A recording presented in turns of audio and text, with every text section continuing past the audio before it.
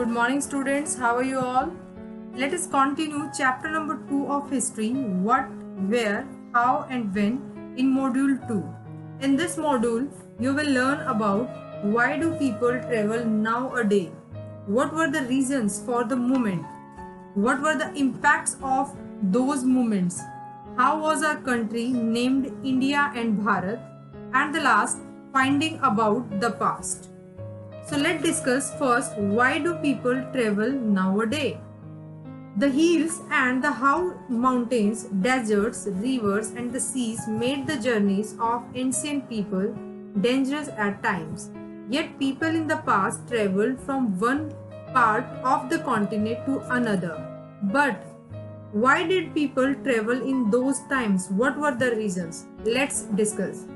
Reasons for the movement. They traveled for the following reasons, like for livelihood. People traveled to different places in search of livelihood. To escape from natural disaster. They moved from one place to another to escape the natural disaster like droughts or floods, etc. To capture lands. At times, men marched in groups and armies to conquer or win lands of the other people. For trade, the merchant also made their trips carrying valuable goods in caravans or ships from place to place. To preach, religious teachers also traveled. They moved from one village to another, town to town, and stopped on the way to guide and advise people. Next, for adventure. Some people travel with a spirit of adventure. They wanted to discover something new and exciting places.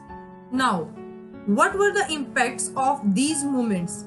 The movement of the people had different impacts on their lives. First, these people shared ideas among different people that enriched our cultural traditions.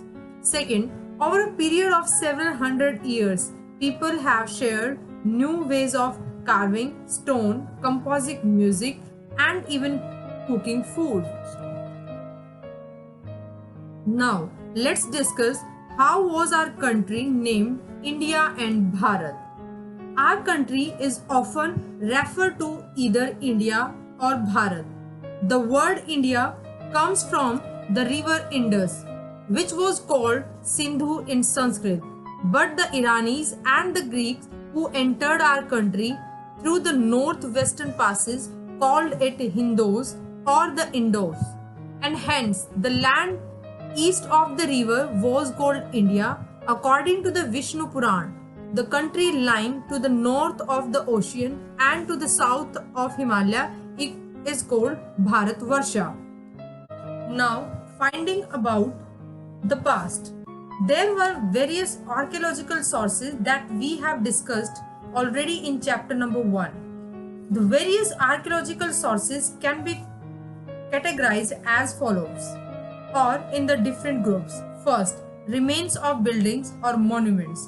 Any structure, building or site that is of historical, archaeological or artistic interest and is not less than 100 years old is an ancient monument in India. It may either be buried under, as in the case of Harappa and Mohenjo-daro, or it may be still standing like Red Fort of Delhi, Taj Mahal in Agra, etc. Monuments may be in the forms of temples, forts, palaces, stupas, monasteries, etc. They provide useful information about the development of art and architecture as well as the social and economic life of the people of that time. Second, coins. The study of coins is known as numismatics. Coins tells us about kings, the extent of their empires, dates, languages that were in use, trade, art, religion, and literary skills of a particular time. For example, the coins of Samudragupta shows that he was an effective Veena player. Then, manuscripts. Manuscripts The books that were written by hand long ago are called manuscripts. It comes from a Latin word manu, which means hand. Usually, two types of material were used for writing manuscripts: palm leaf and a special prepared bark of a tree known as the birch that grows in the Himalayas. These manuscripts are in the form of epics, poems, and plays. They were written in Sanskrit, Prakrit, as both the language known as the language of ordinary people, and Tamil. Next, inscriptions. These are writings on relatively hard surface. For example, stones, metals, or can be on paper also. Anything can be inscribed. They generally conveyed king's order, their deeds, their preachings, etc. For example, the inscription of Ashoka. Kings often kept record of victories in battles as inscriptions. On the other hand, you can say ordinary men and women did not keep records what they did. They were generally poor, illiterate, and unaware of their advantages. The study of inscription is known as epigraphy.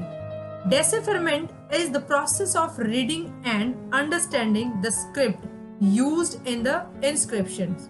Scripts consist of signs and letters. So that's all for today. Thank you and have a nice day.